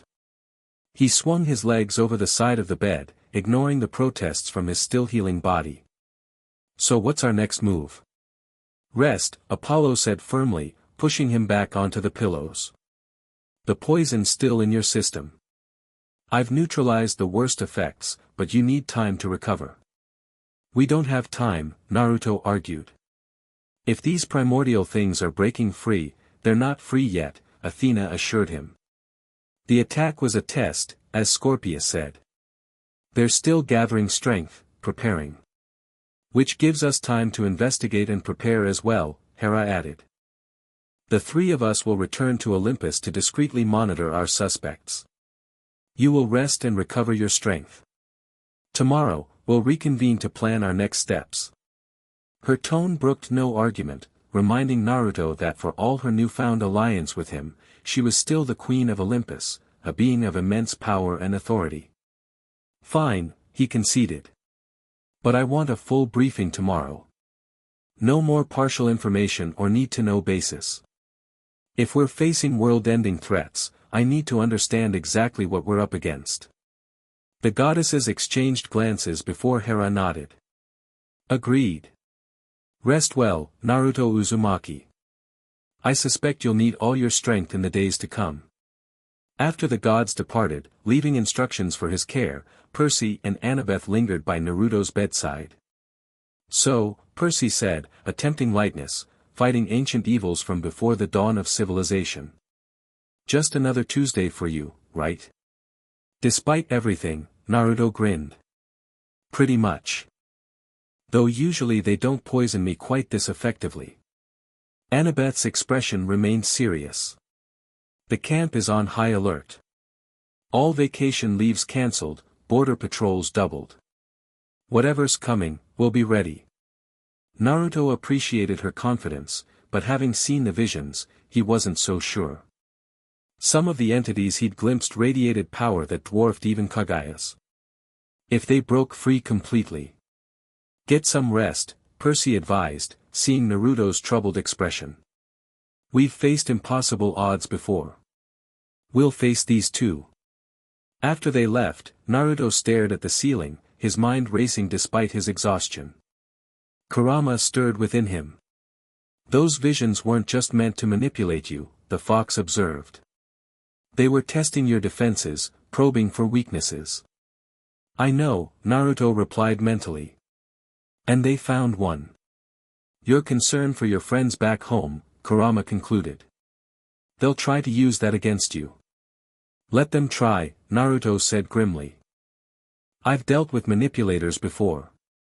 Pain, Obito, Madara, they all tried to use my connections against me. It never works out well for them. As exhaustion finally claimed him, Naruto's last conscious thought was of Hera and Athena's expressions when they thought he wasn't looking, not just concern for Olympus, but genuine worry for him personally. Whatever game the goddesses were playing, their reaction to his injury suggested their alliance might be evolving into something more complicated than mere strategic convenience. He'd worry about that tomorrow. For now, he needed rest. The real battles were yet to come.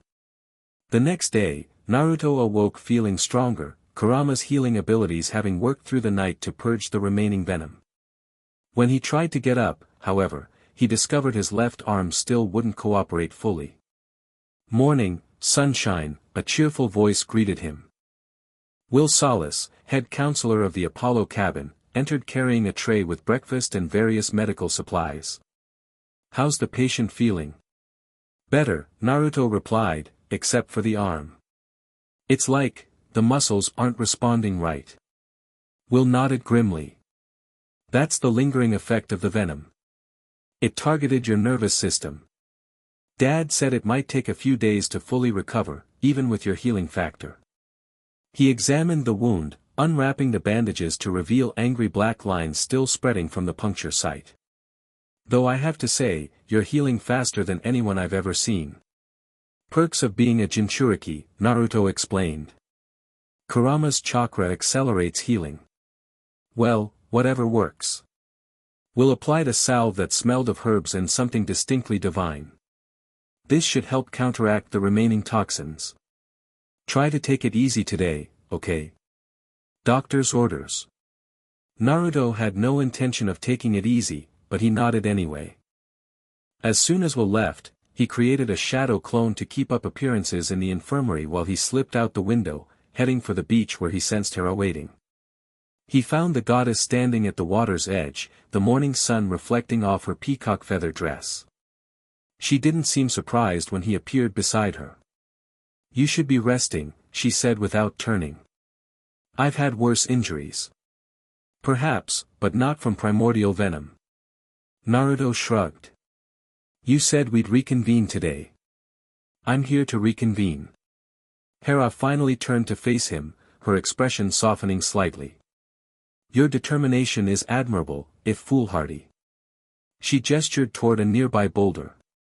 Sit. We have much to discuss before Athena joins us. Naruto complied, noticing how the goddess seemed more human somehow in the morning light. Less regal, more thoughtful. Athena and I spent the night investigating, she began. The attack was more significant than it appeared. Similar monster coordinations were reported at Camp Jupiter on the west coast and at several minor divine sanctuaries around the world. A coordinated global assault, Naruto concluded. Testing defenses everywhere. Precisely. And in each case, the monsters retreated rather than pressing their advantage, confirming our theory that this was reconnaissance, not conquest. She paused, choosing her words carefully. There's something else. After you were poisoned, we found residue at the attack site. Magical traces that didn't match any monster or titan. The primordials you mentioned? Hera nodded. Specifically, traces of Tartarus itself, not just the place, but the primordial entity for whom the pit was named. Engea, primordial of the earth. Naruto frowned. I thought Gia was defeated a few years ago. Percy mentioned something about that. We defeated an awakening attempt, Hera clarified. But primordials cannot be truly destroyed, they are the fundamental forces of creation itself. They can only be diminished, forced back into slumber. And now they're waking up again. Not fully. Not yet. But stirring, yes. She gazed out at the sea, her expression troubled. The tear you came through, it weakened the barriers that keep them dormant. And someone is exploiting that weakness. Naruto absorbed this, connecting it to his visions. In my poison dreams, I saw someone on a black throne. Not Zeus, someone else. Could that be your traitor? Hera's expression darkened. Possibly. We've narrowed our list of suspects based on recent behavior and historical grudges. Ares remains the most likely candidate, war is his domain, and chaos feeds his power. Dionysus has been acting strangely, disappearing for hours without explanation. And several minor gods have expressed discontent with Zeus's rule. What about Apollo? He warned me about dreams before the attack. Which could indicate foreknowledge, or genuine prophecy. Apollo's visions have been erratic since your arrival, the future is no longer fixed along its previous paths. She sighed. In truth, we cannot discount anyone completely. Divine politics is a tangled web of ancient grudges and secret alliances. Naruto considered this. Where I come from, traitors usually have clear motivations, revenge, power, ideology. What would a god gain from freeing primordials who might destroy everything? Hera's smile was bitter. Some believe they could control such forces. Others might be promised special treatment in whatever new order emerges. And some. Her voice hardened. Some simply resent Zeus's rule enough to burn it all down, regardless of consequences. The pain in her voice was unmistakable, prompting Naruto to ask something he'd been wondering since their first meeting. Why are you doing this, Hera? From what I've heard, you're usually Zeus's staunchest defender, even when he doesn't deserve it. The goddess was silent for so long that Naruto thought she might not answer. When she finally spoke, her voice carried the weight of millennia. I am the goddess of marriage and family, she said softly. For eons, I've endured Zeus's infidelities, his tyranny, his casual cruelty, all in service to those domains. I convinced myself that preserving Olympus's structure was more important than addressing its flaws. She turned to face him directly, and Naruto was startled by the raw emotion in her eyes. But I've watched my family fracture under the weight of ancient grudges. I've seen Zeus grow more paranoid, more controlling. I've witnessed demigods, children, die in wars caused by divine pride. And I've done nothing, bound by my own domain and ancient oaths. Until now, Naruto prompted. Until you arrived, she corrected. An outside force, powerful enough to challenge Zeus yet seeking no throne for yourself. You represent something I'd almost forgotten could exist, change without destruction. Progress without rebellion. Naruto wasn't sure how to respond to such unexpected vulnerability from the Queen of the Gods. Before he could formulate a reply, Athena appeared beside them in a flash of silver light. Discussing our investigation without me, she asked, though her tone held no real accusation. Merely providing context, Hera replied, her regal mask slipping back into place. Has Zeus suspected anything? Athena shook her head. He's preoccupied with strengthening Olympus's defenses. The simultaneous attacks have him convinced we face a direct assault rather than infiltration. Which provides cover for our investigation, Hera concluded. Exactly. Though we must move quickly. Athena turned to Naruto. How's your arm? He flexed it, wincing slightly. Improving. Kurama's working on it. I'd say 70% functional. Good enough for a field test. She produced a small golden compass from her robes. This artifact can detect tears in reality, weaknesses in the barrier between worlds. We need to investigate the strongest such anomaly, which appears to be located in the old labyrinth. Naruto had heard of the labyrinth from Percy, an ancient maze that ran beneath the surface of America, supposedly collapsed years ago but recently showing signs of regeneration. You think that's where the primordials are trying to break through? It's our best lead, Athena confirmed. The labyrinth exists partially outside normal spacetime, making it an ideal conduit for otherworldly forces. Like me, Naruto realized. You think there's a connection between how I got here and whatever's trying to wake up these primordials? It's a working theory, Athena admitted. One we need to test. When do we leave? Tonight, Hera said. After sunset, when Zeus's attention will be focused on the council meeting. Just the three of us? Athena shook her head. Too risky to go alone. We'll need backup, demigods with experience navigating the labyrinth. Percy and Annabeth, Naruto suggested immediately.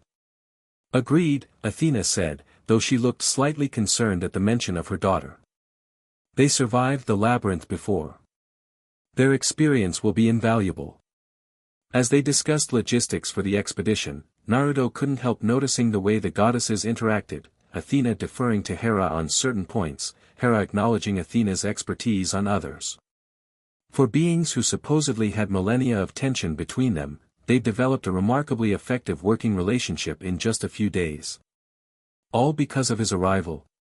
Or was there more to their alliance than they were letting on? Before he could pursue that line of thought, a commotion from the direction of the camp drew their attention. Shouts and the clash of metal echoed across the beach. Another attack. Naruto tensed, ready for battle. Athena's eyes narrowed as she focused her divine senses. No, something else. Arrival at the border. Her expression shifted from concern to surprise. Interesting. It seems we have visitors from another pantheon. Another pantheon? Naruto repeated. You mean, different gods? Precisely, Hera said grimly. It appears word of your confrontation with Zeus has reached beyond Greek borders. The Egyptians have come calling. The visitors turned out to be two teenagers, a dark-skinned boy with curly hair wielding a curved sword and a blonde girl who radiated magical energy unlike anything Naruto had sensed before. They stood at the camp border, surrounded by suspicious demigods with drawn weapons. We come in peace, the boy was saying, hands raised non-threateningly. We just need to speak with your leader about the cosmic disturbance. And why should we trust magicians? Clarice demanded, her spear crackling with electricity as she kept it leveled at the visitors. Because if we wanted to cause trouble, we wouldn't have walked up to your front door and knocked, the blonde girl replied dryly. Naruto approached with Hera and Athena following at a slight distance, the goddesses having reduced their divine aura to avoid escalating the situation. I'll handle this, Naruto told the demigods. Stand down. Who are you? The boy asked, studying Naruto intently. Naruto Uzumaki. And I'm guessing you're the Egyptians Hera mentioned? The visitors exchanged surprised glances at the casual mention of the Greek queen goddess. Carter Kane, the boy introduced himself. And this is Sadie Kane. We're representatives of the House of Life. Fancy way of saying Egyptian magicians, Sadie added. Though technically, we're also hosts to the gods Horus and Isis. That got Naruto's attention. Hosts. Like, they're sealed inside you. Carter nodded cautiously. In a manner of speaking. It's a voluntary partnership. Why do you ask? Because I'm a host too, Naruto replied, his eyes briefly flashing red.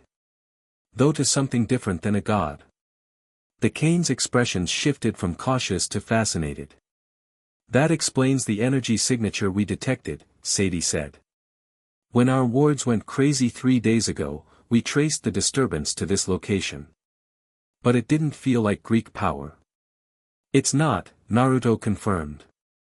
I'm from another dimension entirely.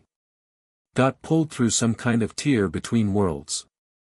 And immediately picked a fight with Zeus, Carter guessed, a hint of admiration in his voice. News travels fast between pantheons. I didn't pick the fight, Naruto clarified. But I didn't back down either. Sadie grinned. I like him already. Chiron trotted up, looking distinctly uncomfortable with the presence of Egyptian magicians in his camp.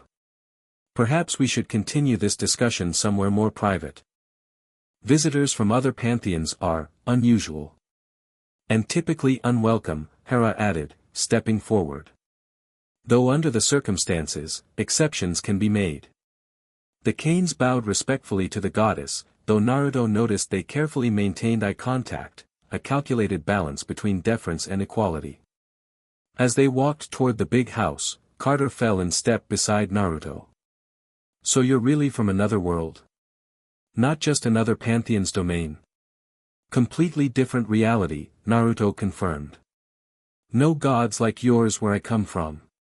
We have our own supernatural elements, chakra, tailed beasts, that sort of thing. Fascinating, Carter murmured. The implications for magical theory alone are staggering.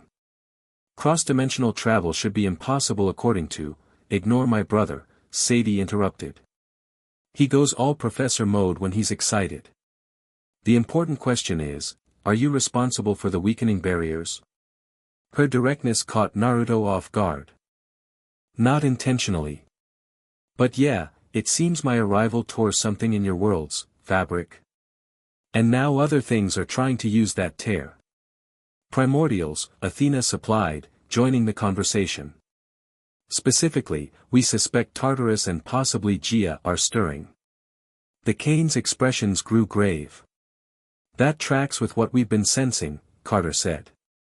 Our scrying shows disturbances in the Duat, our version of the underworld, particularly around places where different mythological boundaries meet. The labyrinth, Naruto guessed. Sadie nodded. Exactly. That's why we came. Our sources indicate something big is building up down there, some kind of convergence point where Greek, Egyptian, and, whatever you are, energies are colliding. We're planning an expedition tonight, Athena informed them. To investigate precisely that phenomenon. Then we're coming with you, Sadie declared. Out of the question, Hera responded immediately. This is an internal matter. With respect, Lady Hera, Carter said carefully, it stopped being internal the moment it affected multiple pantheons. If primordials are awakening, that threatens everyone, Greek, Egyptian, Norse, all of us. He's right, Naruto supported. If these primordials are as powerful as you say, we need all the help we can get. Athena studied the Canes thoughtfully. Their magic could prove useful, particularly in the labyrinth where divine powers are often dampened. After a tense moment, Hera nodded curtly. Very well. But understand this, you follow our lead. This alliance is temporary and unofficial. Zeus must not learn of it. Understood, the Canes agreed in unison. As they reached the big house, Chiron directed them to the rec room that doubled as the camp's council chamber. Percy, Annabeth, and the other head counselors were already waiting, having been summoned when the Egyptians arrived. Egyptians? Percy exclaimed. Man, and I thought Greek and Roman was complicated enough. You have no idea, Carter replied with a tired smile. There are more pantheons out there than most people realize. We all just try to stay in our own lanes. Until now, Annabeth observed. Until now, Sadie agreed grimly. Whatever's happening in the labyrinth, it's breaking down the barriers between all our domains. If it continues, we could be looking at a full mythological collision. Which would be bad, Percy guessed. Catastrophic, Athena corrected. Divine powers were separated for a reason. Their interactions can be volatile. As the discussion continued, focusing on what they knew about the labyrinth's current state and the nature of the disturbances, Naruto found himself watching the interactions between pantheons with fascination. Despite obvious tensions and cultural differences, they were finding common ground in the face of shared threat, Greeks and Egyptians, gods and demigods and magicians. It reminded him of the Shinobi Alliance during the Fourth Great Ninja War, former enemies united against a greater danger. The memory stirred both hope and caution. Such alliances were powerful but fragile, often fracturing once the immediate threat passed. Naruto. Annabeth's voice broke through his thoughts. You okay? You zoned out for a minute there. Just thinking, he replied. Where I come from, we faced something similar, ancient powers awakening, different nations having to work together despite centuries of conflict. And how did that work out? Percy asked. Naruto smiled slightly. We won, eventually. But the cost was high. And the peace that followed was hard-won. Then you understand what's at stake, Hera observed. If these primordials fully awaken, victory may not be possible at all. The gravity of her statement settled over the room. Naruto looked around at these people from different worlds, different pantheons, all now counting on him to help fix a problem his arrival had apparently triggered. The weight of responsibility was familiar, almost comforting in its familiarity. This wasn't his world, but people needed help. And that was something Naruto Uzumaki understood perfectly. So, he said, breaking the somber silence, we're going into an ancient magical maze to find a tear in reality that might be letting primordial beings escape their prison, while also trying to figure out which god is betraying Olympus, and possibly find me a way home in the process. He grinned his characteristic fox-like smile. Sounds like fun. Percy laughed despite the tension. I knew I liked you for a reason, Naruto. You're just as crazy as the rest of us. As they finalized plans for the labyrinth expedition, Naruto noticed Hera watching him with an unreadable expression. When their eyes met, she didn't look away, instead holding his gaze with an intensity that suggested she was reassessing something important. Later, as the meeting broke up and people dispersed to prepare for the evening's mission, she approached him privately. You continue to surprise me, Naruto Uzumaki, she said quietly. Most beings in your position would be focused solely on finding a way home, not risking themselves for a world not their own. Naruto shrugged. Where I come from, we have a saying, when you see someone in trouble, you help. That's just what people do. A remarkably simple philosophy, Hera observed. Yet one rarely practiced, even among gods. Maybe that's the problem, Naruto suggested boldly. When you live forever, it's probably easy to forget the simple things. Rather than taking offense, Hera smiled, a genuine expression that transformed her usually stern features. Perhaps you're right. Perhaps that's what Olympus has been missing all along. She reached out, touching his injured arm gently. Divine energy flowed from her fingertips, accelerating the healing process. The black lines receded visibly, the pain vanishing. There. You'll need your full strength tonight. Thanks, Naruto said, flexing his now healed arm in amazement. But why help me? I thought gods weren't supposed to interfere directly like that. Hera's expression turned enigmatic. Let's just say I'm developing a new appreciation for breaking rules when necessary. She turned to leave, then paused. One more thing, Naruto. When we enter the labyrinth tonight, trust nothing you see. The maze bends reality, plays on fears and desires. Remember that. With that cryptic warning, she departed, leaving Naruto to wonder yet again about her true motives. Kurama, who had been quietly observing all along, finally commented. The Queen of Heaven seems quite invested in you, Kit. More than strategic alliance would explain. Yeah, Naruto agreed thoughtfully. I noticed that too. Question is, why?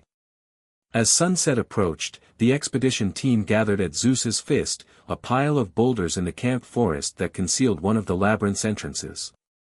Naruto arrived to find Percy and Annabeth already there, along with the Kane siblings and, surprisingly, Clarice. I've been through that maze before, the daughter of Ares explained gruffly when Naruto raised an eyebrow at her presence. Besides, if we're facing monsters, you want a child of the war god on your side. Naruto couldn't argue with that logic. Clarice might be abrasive, but he'd seen her in training. She was a formidable fighter. "Where are the goddesses?" he asked, noticing Hera and Athena's absence. Creating a diversion, Annabeth replied.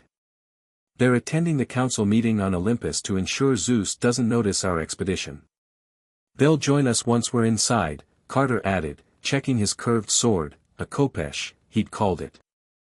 "Or at least that's the plan." Sadie was drawing hieroglyphs in the air, the glowing symbols fading as they settled around the group. "Protection spells," she explained when Naruto watched curiously. "The labyrinth can mess with your mind. These will help, a little." "Comforting," Naruto muttered. Percy approached the rock pile, laying his hand on a particular boulder. A triangular mark glowed blue in response, and the rocks shifted, revealing a dark passage leading downward. "Home sweet home," he said with forced cheer. "Everyone ready?" "As will ever be," Naruto replied, creating several shadow clones. "These guys will patrol the camp while we're gone. Just in case this is a diversion for another attack." "Smart thinking," Annabeth approved. "Let's go. Stay together, and remember, the labyrinth changes. Don't trust your eyes or your memory." One by one, they entered the passage. As the last person, Clarice, stepped through, the entrance sealed itself behind them, leaving only the soft glow of Annabeth's bronze dagger and Sadie's magical light to illuminate their way. The air in the labyrinth felt heavy, charged with ancient power. The walls were a strange mixture of modern concrete, classical Greek stone, and materials Naruto couldn't identify. At regular intervals, Egyptian hieroglyphs intermingled with Greek letters, both seeming to shift when viewed directly. "It's changed since we were last here," Percy observed, his hand resting on Riptide's pen form in his pocket. "More, mixed. The pantheon boundaries are blurring," Carter confirmed. "Greek and Egyptian symbols coexisting where they should be separate." As they navigated deeper, Naruto found his senses dulling. The chakra flow he normally perceived so clearly became muffled, like trying to see through foggy glass. Even Kurama's presence felt more distant, though still accessible. "This place dampens connections," the fox noted. "Be careful. Our usual abilities may be unreliable here." To test this theory, Naruto attempted to create a shadow clone. The jutsu worked, but the clone appeared fuzzy around the edges, less solid than normal. "Great," he muttered, dispelling it. "Looks like I'm on reduced power here." "We all are," Annabeth said. "The labyrinth suppresses divine powers. Demigod abilities, chakra, Egyptian magic, all weakened. Which means we'll be relying more on standard combat skills," Clarice added, hefting her spear. "Good thing I brought backup." She patted a large hunting knife strapped to her thigh.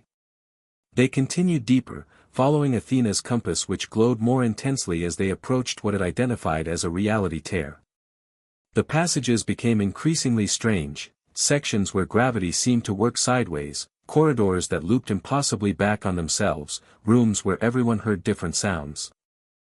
After what felt like hours but could have been minutes, time moved strangely in the maze.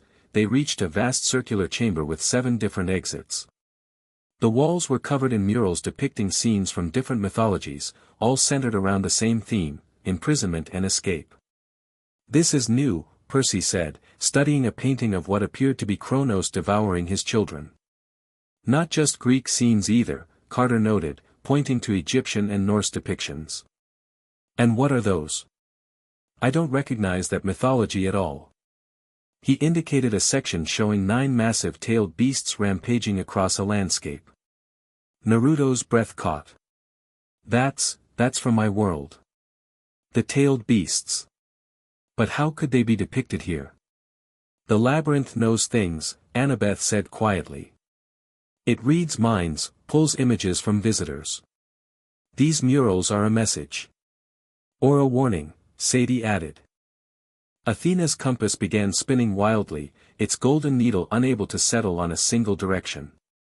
At the same moment, the chamber began to rumble, dust falling from the ceiling as the very foundations of the labyrinth shuddered. "Something's coming," Naruto warned, drawing a kunai. Something big. The floor at the center of the chamber cracked, golden light spilling upward from the fissure. The air pressure dropped dramatically, ears popping as reality itself seemed to bend around the growing tear. "This is it," Carter shouted over the rumbling. "The convergence point." As the crack widened, a figure began to rise from within, not a monster or a titan, but a god. Tall, muscular, with a neatly trimmed beard and eyes that flashed like lightning. "Zeus?" Clarice gasped. But Naruto knew immediately that something was wrong. The figure looked like Zeus, but its energy signature was completely different, older, wilder, more primal. And laced through it all, that same malice he'd sensed in his poison dreams.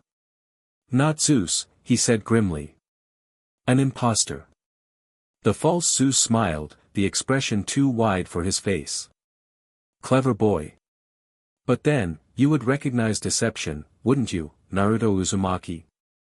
After all, your entire life has been built on it." The god's form flickered, momentarily revealing something ancient and terrible beneath the Zeus disguise before stabilizing again.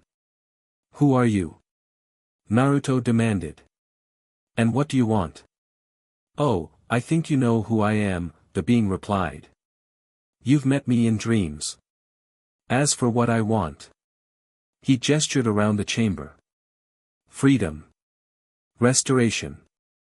The return of the natural order that Zeus and his siblings corrupted."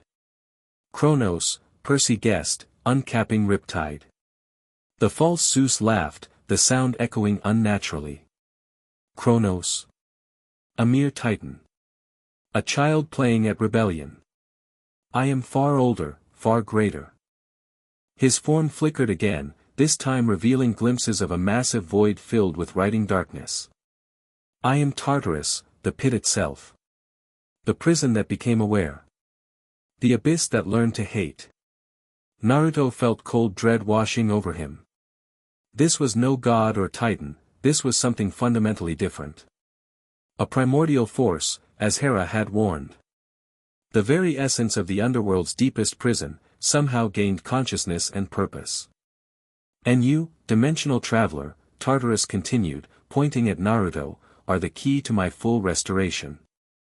The tear you created weakened the boundaries enough for this projection, but to fully manifest in the upper world, I need more. I need your unique energy, chakra, I believe you call it."